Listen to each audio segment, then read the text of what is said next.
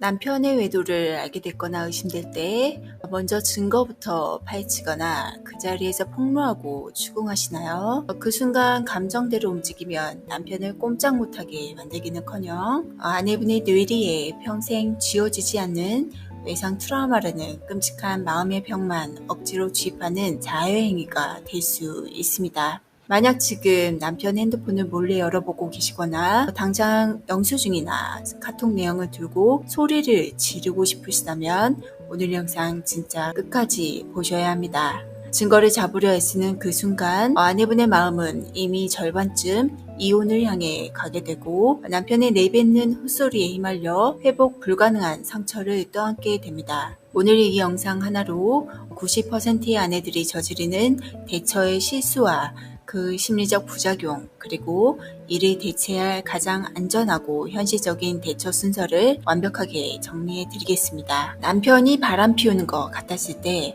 제일 먼저 뭐부터 시작해야 할까요? 휴대폰을 빼서 확인하고 그 자리에서 따지고 시댁이나 지인에게 바로 말해버리고 싶죠. 너무 화가 나고 미칠 것 같으니까요. 그런데요, 이 순간에 감정대로 움직이면 나중에 이혼이든 위자료든 관계 정리든 오히려 내 손해로 돌아오는 경우가 훨씬 많습니다.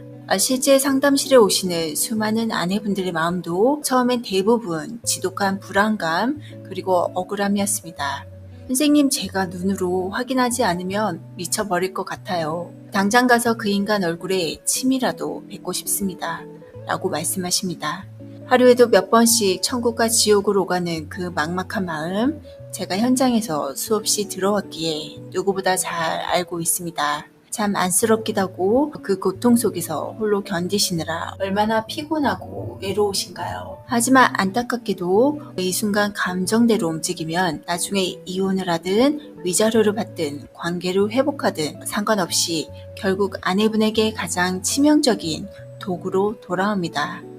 왜 증거를 파헤치고 즉시 폭로하는 게 내 인생을 망치는 자해행위가 되는 걸까요? 실제 90%의 아내들이 저지르는 치명적인 실수와 그 심리 기제를 일상 언어와 전문 용어로 쉽게 풀어드리겠습니다. 첫 번째 실수입니다. 증거 수집의 함정입니다. 이때는 이 증거는 뇌리에 박히는 외상 트라우마가 발생합니다. 많은 아내들이 소송에서 유리해지려고 혹은 내 의심을 확인하려고 블랙박스, 영수증, 카톡 내용을 집요하게 파헤칩니다. 하지만 아내가 직접 눈으로 확인한 외도의 잔상, 남편이 상간녀에게 보낸 다정한 메시지, 그리고 사진, 음성은 아내의 뇌리에 끔찍한 상처로 각인되어 머릿속에서 절대 떠나지 않게 됩니다. 나중에 남편이 정신 차리고 돌아와도 TV에서 모텔 이야기만 나오거나 지나가는 차에 블랙박스만 봐도 그때 봤던 증거들이 파업창처럼 떠올라 발작적인 고통을 겪게 됩니다. 외도라는 사건 자체를 치유하는 것보다 내 눈으로 직접 본 증거 잔상으로 생긴 외상 트라우마를 지어내는 데는 10배 이상의 오랜 시간이 걸립니다. 사실 굳이 파헤치지 않아도 외도 증거는 남편의 일상적인 말 그리고 행동의 변화를 통해 저절로 다 드러나게 되어 있습니다. 증거 수집에 집착하는 것은 스스로에게 트라우마를 주입하는 자해행위가 됩니다.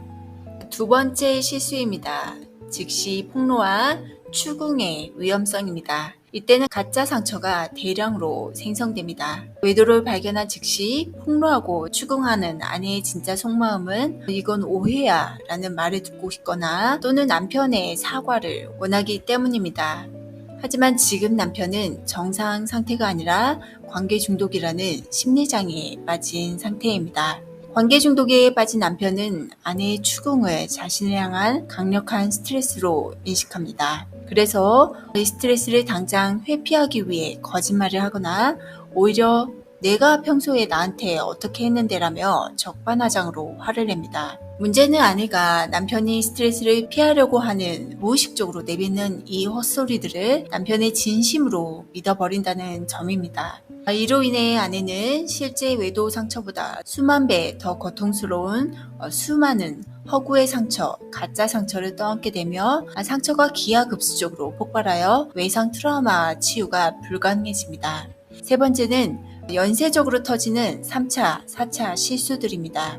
증거 수집과 즉각적인 추궁 이후에 아내들은 걷잡을 수 없는 고통 속에서 다음과 같은 파괴적인 대처를 연이어 저지릅니다. 시대, 친정, 친구들에게 외도 사실을 알리지만 이는 결국 부부의 문제를 주변의 가십거리로 전락시키고 향후 부부관계가 회복되더라도 주변 사람들을 다시 볼 수 없게 만듭니다. 상간녀를 향한 직접 공격, 직접 만나거나 다짜고짜 소송을 거는 것은 남편이 상간녀를 보호하기 위해 상간녀와 더 강하게 결속하도록 만들게 되며 아내 스스로를 상간녀와 동일한 수준의 싸움판으로 끌어내리는 치명적인 실수가 됩니다. 그렇다면 남편의 외도를 의심하거나 알게 되었을 때 대체 우리는 현실적으로 뭐부터 해야 할까요? 핵심은 반응의 중단, 그리고 나를 보호하는 것입니다. 지금부터 딱 3가지 대처 순서만 기억하세요. 1단계, 감정을 배제한 사실 전달만 하세요.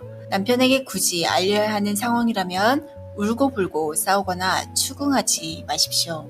육하 원칙에 따라 나는 당신의 외도를 알고 있다는 점만 무미건조하게 전달하세요. 이는 남편 스스로 관계를 정리할 기회를 주는 것이며 남편의 헛소리에 휘말려 내 상처를 키우지 않기 위한 가장 강력한 방어막입니다.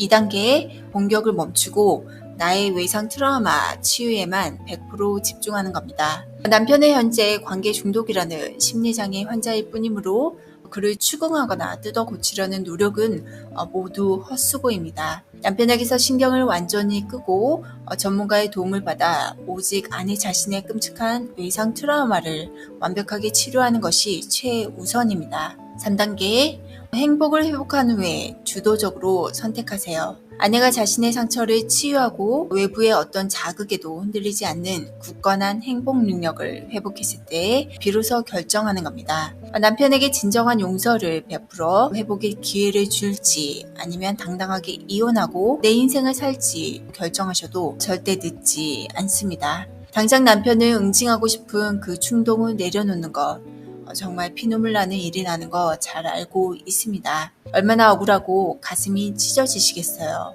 하지만 당장 남편을 망가뜨리려다가 정작 가장 소중한 아내분 자신의 마음부터 파괴되어선 절대로 안 됩니다. 이 과정은 나 혼자 모든 짐을 짊어지고 참아내는 외로운 싸움이 아니라 고장난 남편에게서 내 마음을 독립시키고 나 자신을 온전히 지켜내는 치유의 과정입니다. 당장 남편을 바꿀 수는 없지만 상처받은 나 자신을 따뜻하게 안아주고 치유해 줄 수는 있습니다. 그 어떤 순간에도 자신과 자녀의 인생이 최우선이라는 점을 잊지 마시기 바랍니다. 혹시 혼자서 이 상처와 고통을 감당하기에 너무 벅차신가요? 저희가 운영하는 무료 외도 상처 치유 모임 비밀 결사단에서는 누구에게도 말 못할 상처를 가진 아내분들이 안전하게 마음을 치유하고 회복하는 공간을 나누고 있습니다. 더 이상 혼자 괴로워하지 마시고 영상 하단 고정 댓글의 링크를 통해 들어오셔서 따뜻한 위로와 정확한 회복의 길을 찾아가시길 바랍니다.